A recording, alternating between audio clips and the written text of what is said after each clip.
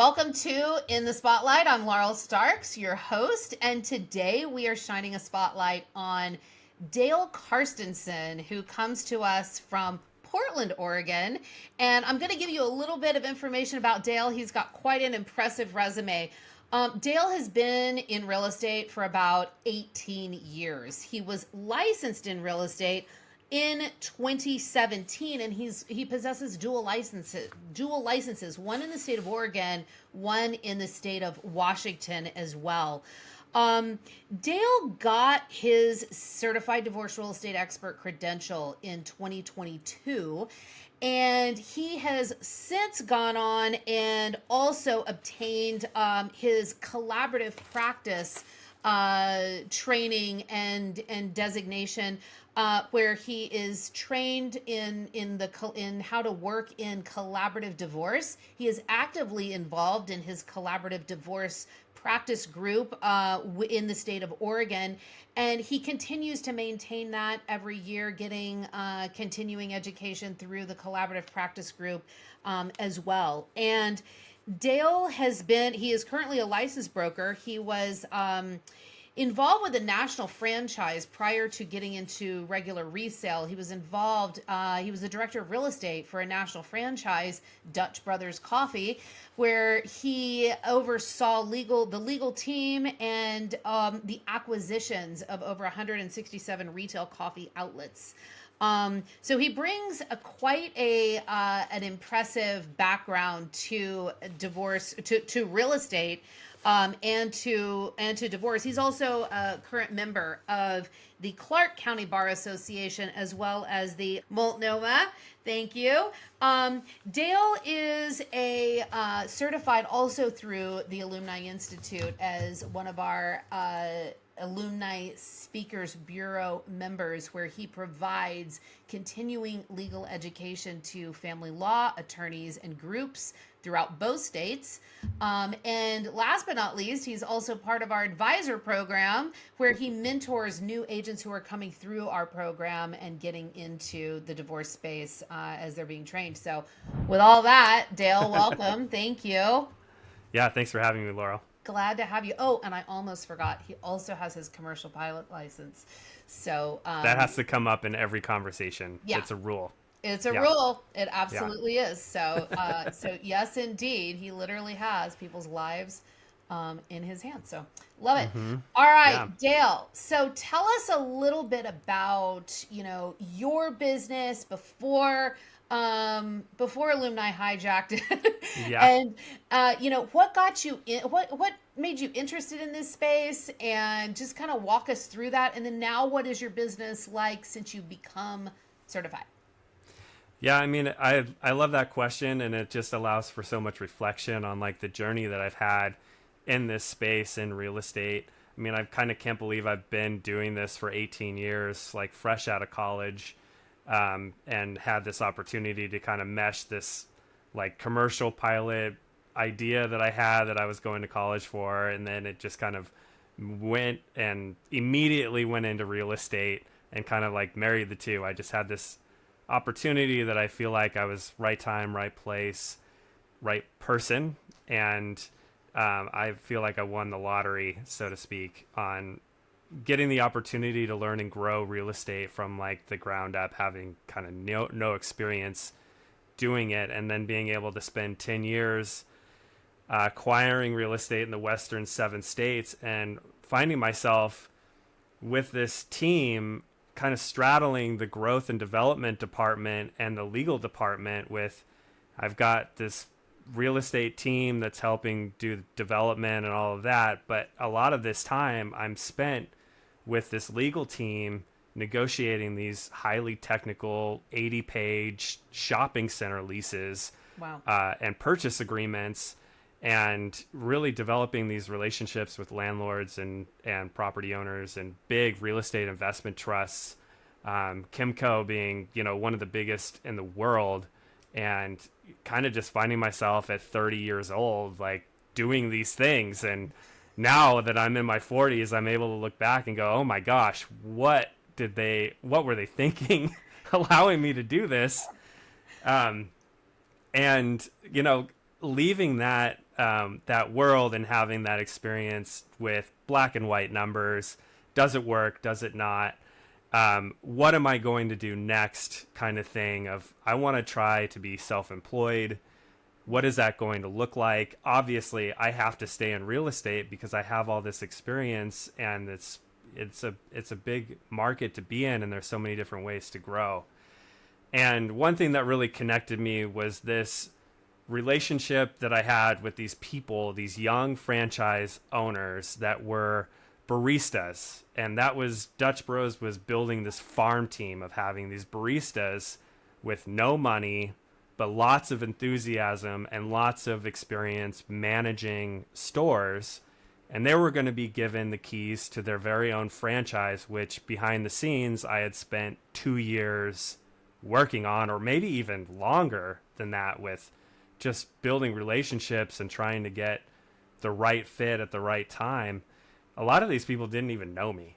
I mean, I worked and put so much of my life into making sure that when they were given the keys to their business, they were going to have a successful location.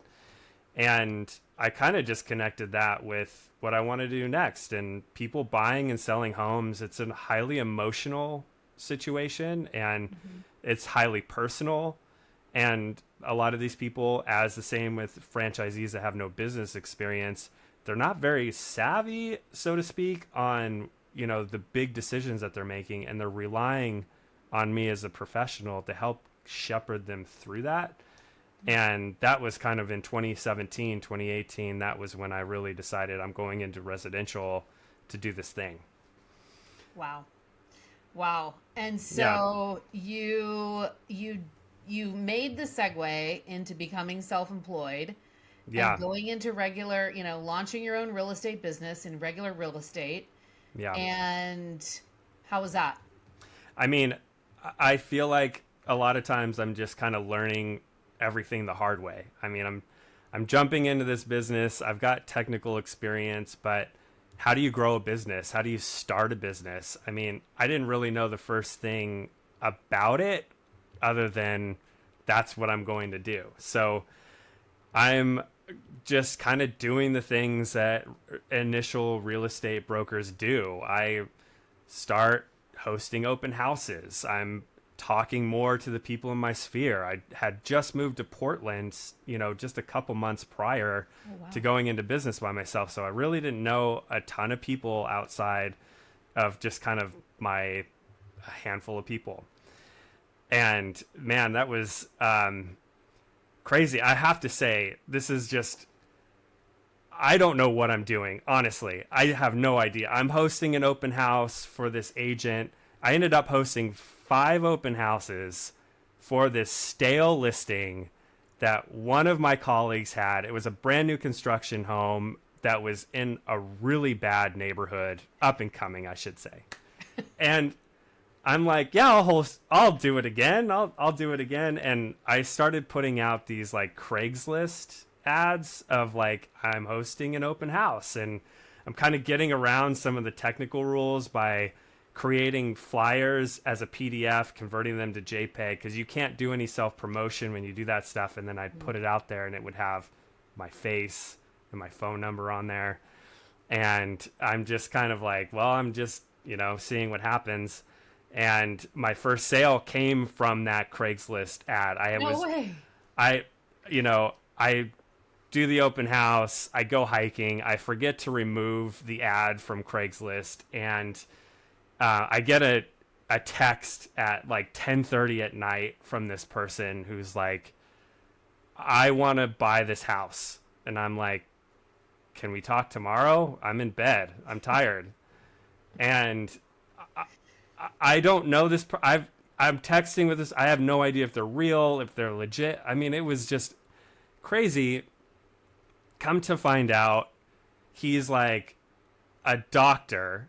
He makes tons of money, and he is a real estate investor looking at Craigslist to find a deal. And he thought I was the listing agent. And I'm like, I'm not the listing agent, but I can help you buy it. I put this deal together. I can't even the agent that I worked. I mean, she was just blown. Like, what is happening? I did 5 sales with that guy in a year, just from Wow. that. But that story is just like I'm just stumbling along Yeah. and just like figuring it out. And that was like, I mean, that was a once in a million type of thing. Again, like winning the lottery, so to speak. Wow. And so, in a nutshell, my business before finding the CDRE program was chaos of trying to work my sphere and do these things. And I'm stringing along a career and I'm making it work, but I don't feel like a business owner. I just feel like Mm. I'm just going from one to the next. So, Stumbling around in stumbling random open around. houses, up and Yeah. coming neighborhoods, Yeah. whatever. Yeah, and there's so much ebb and flow in that style of business. Yeah. So when I found the CDRE program, I had been 4 years self-employed and had started to see, oh, there's a massive ebb and flow in what Yeah. business is and where the business comes from, and it's not very dependable or reliable on where your next paycheck is going to come from. It's scary. There's no direct deposit every other Friday. Yeah, absolutely. So then you somehow, some way stumbled upon the CDRE program. How was that? How did you stumble upon that? Yeah, I mean, again, chaos, pulling the strings wherever it goes. Comedians are always talking about finding their voice and like just going up and doing these free mic things and throwing jokes out there, and then over the years of developing their craft they find a voice. And I'm just kind of keeping my eyes open for like, what is my niche going to be? Because obviously this is not sustainable with what I'm doing. I need consistency in my business. I need reliability. And I had just kind of worked with my second set of clients who were getting divorced. It was kind of a train wreck, start and stop. We're going to sell the home. We've got a custody fight. We're going to sell the home. We've got spousal support stuff. And I'm kind of like taking that time to connect these dots. And I'm like, okay, this is a thing. This happens. By the way, my own divorce with the real estate was kind of a mess, kind of that light bulb moment. I called an attorney that I knew in family law, and I just kind of asked them, who do you refer your clients to when they have real estate and they have to sell it? And I had this conversation only a couple of times, but every time they said, we don't. We do not recommend or refer agents, realtors. And I'm like, that's crazy. If you're working with someone that's operating at a high level and high execution, you're obviously going to be referring that person. And I can't believe, is there really this opportunity here? And I just go down the rabbit hole with Google, and I'm looking at different designations, and alumni pops up top of the list, and it's their boot camp. It's affordable, it's in my budget, and I've got the time, and I'm like, I'm going to do that. Meanwhile, another attorney that I'm working with says, you should look into the collaborative divorce space and look at that too. So basically, how I found alumni, I dove into the divorce niche head first. I'm like, this is the direction that I have to go. This is feeling right. I'm doing the collaborative, the first one that I did in Florida, as I'm so impressed with the boot camp I'm like, then what is their big designation going to do for my business if I take it? And I just applied right away. And so I just dove in head first, and I've just been so impressed with the level of like material thought out, the lessons that were in the boot camp, let alone the CDRE program. I was just completely blown away by. Wow. I love it. So then, something that I want to touch on, but um and that is how you have really, once you got your CDRE, and you've gone out there and you also give lunch and learns and so forth, and continuing legal education to attorneys, um, you certainly have done your fair share of divorce listings as the listing agent. But also something else that you do quite frequently, and I would say, Dale, we were talking earlier that you probably do this at more of a high level and more volume than probably most CDREs, if any, Yeah. if not all CDREs in our community, and that is that you come in as a consultant. You come in, and whether it's to list or sell the property or not, in many situations you come in not with the not because they've referred you to be the listing agent, but because it's actually before that, and it is for the clients, the attorneys, a mediator, maybe a collaborative case where they're trying to decide what to do with the house. Yeah. And they're gathering information at that point, and you're brought in. Talk to us a little bit about that. Yeah, I mean, I kind of realized with the training that the CDRE program gives you of being operating in the space as a neutral expert it's so valuable, and it does take a while to get litigation attorneys comfortable with the idea that they would be operating and trying to work with opposing counsel to have this, bringing me on as a neutral expert. But it's kind of a no-brainer in the collaborative space because that's what they're all doing. And there's tons of financial advisors that are working in that space, and mental health professionals and child coaches, people like parenting coaches that are being, agreed upon to be working as an expert neutral.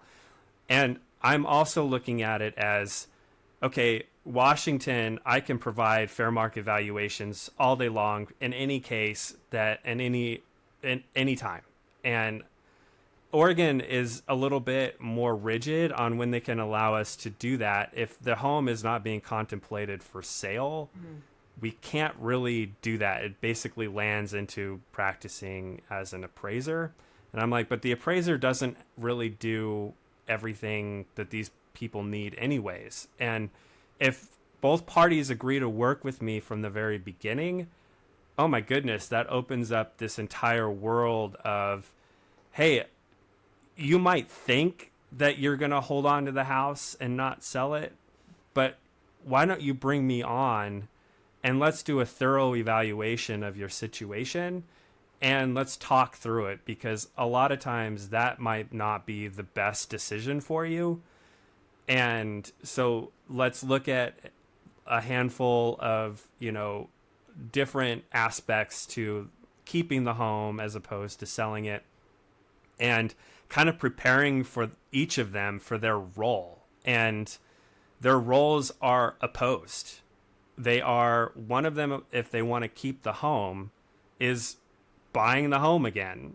And the one that wants to sell is selling their interest in the home.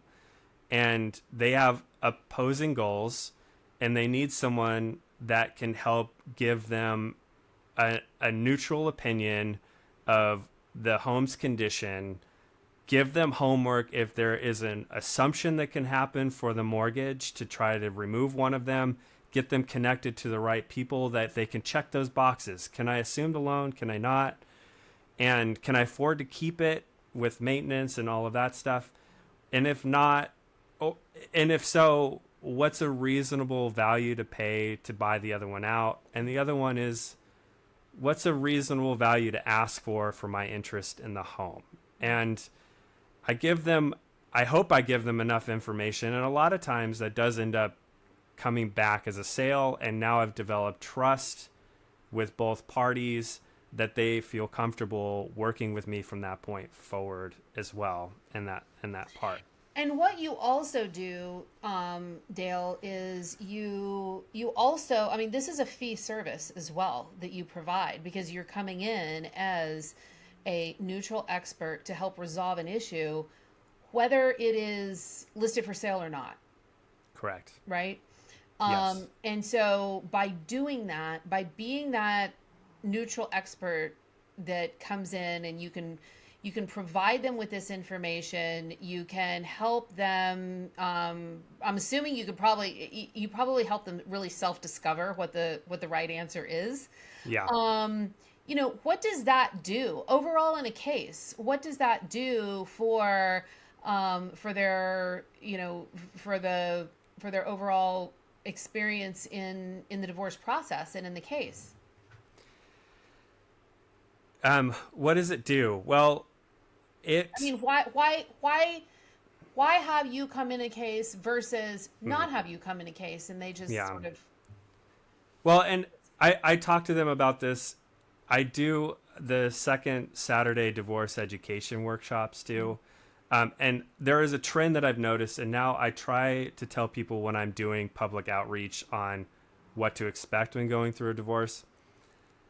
When it comes to the real estate, this is what I've noticed. There is a huge percentage of time where I'm not the first person to give them a market value for their home. A lot of times I'm brought in because in their collaborative or mediation session, one of them has gotten a buddy or a relative who's also a realtor to give them a number.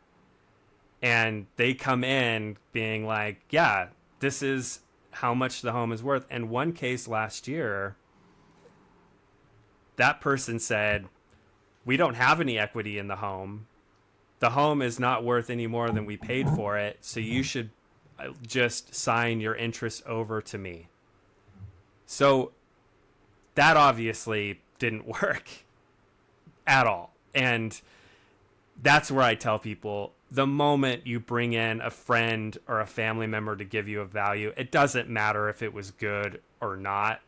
The other party almost across the board is being like, I am not taking that opinion at all. There's no way I'm trusting that.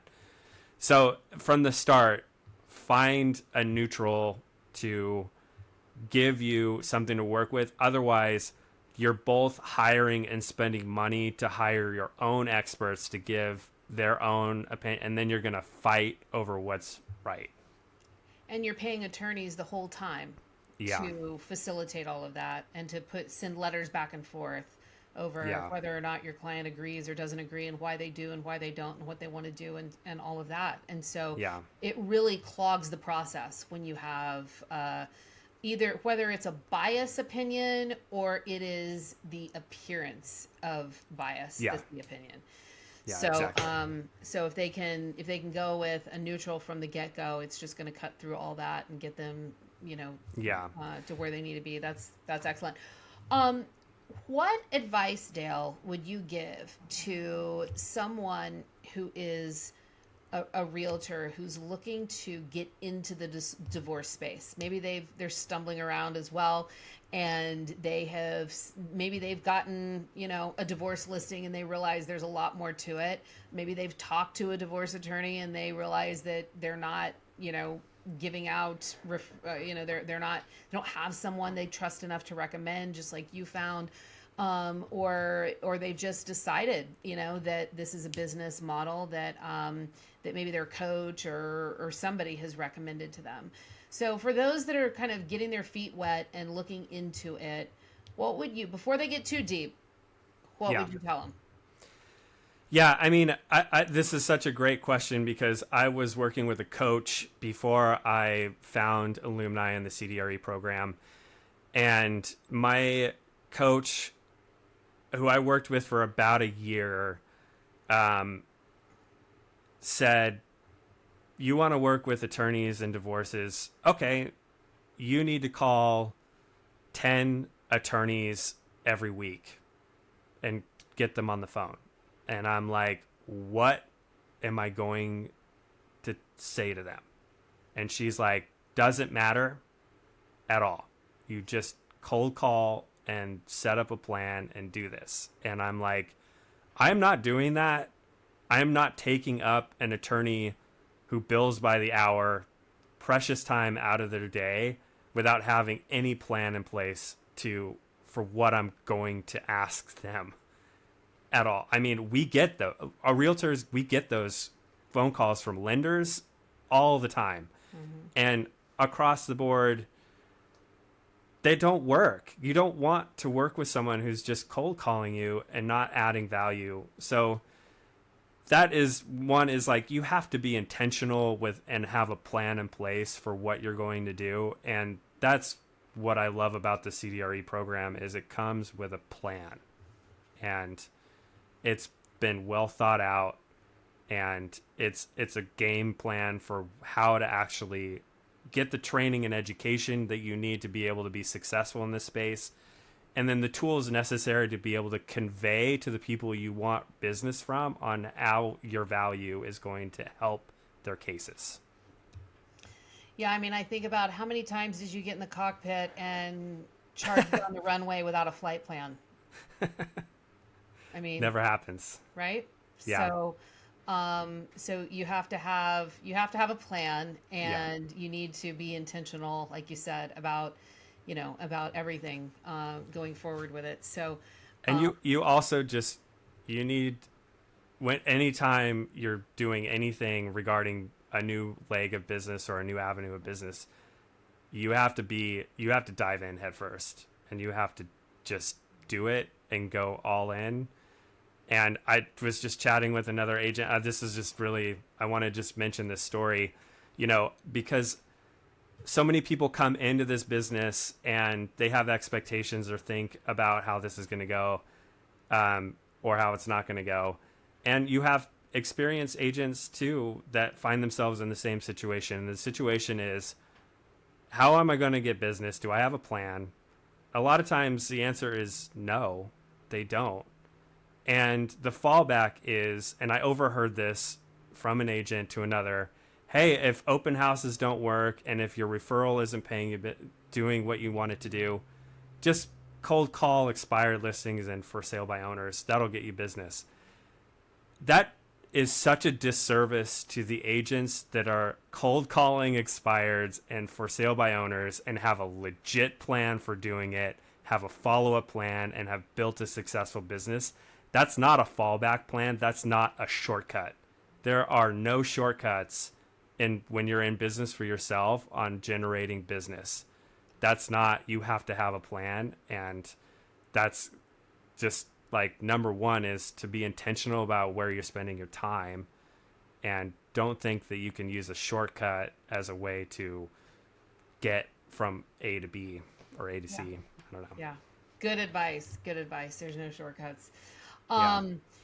Awesome. So I want to transition we've talked about your experience, your story, you going through what you've gone through to get to where you are.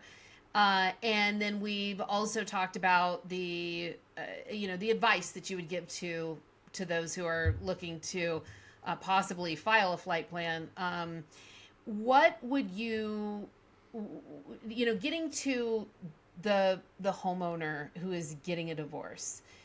You've consulted, and I think you and I were talking the other day, and you did about 50 of these last year. Yeah. So you've had a bird's eye view in how many in what divorcing litigants are facing, what information they have or don't have. Yeah. What advice would you give to someone who is getting a divorce as it relates to dealing with their house?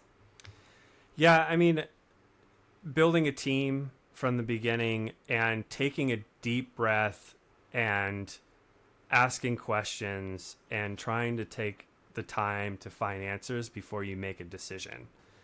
And one of the biggest ones is, if you can avoid it, don't make gigantic equity or decisions on equity that isn't real yet. And what I mean by that is, don't trade out. If your intention is to sell the home, don't give away a bunch to the other party with retirement funds or savings or whatever to get them out of the picture, to sell their home, to sell your home, the marital home, expecting to get the number that is on anyone's report, mine included.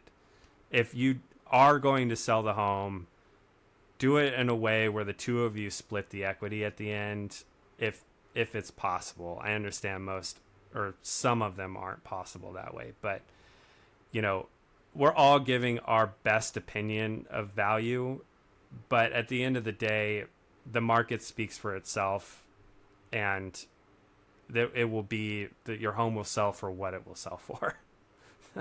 That's good advice. So, if you've created a settlement with what we call an equalization, and you've already, equalized equity in the home to offset a pension or 401k or a savings or some other asset, Yeah. and then you end up selling the house whenever, the market can fluctuate and change, and you may have sold yourself short Yeah. if you're not careful. That's really good advice.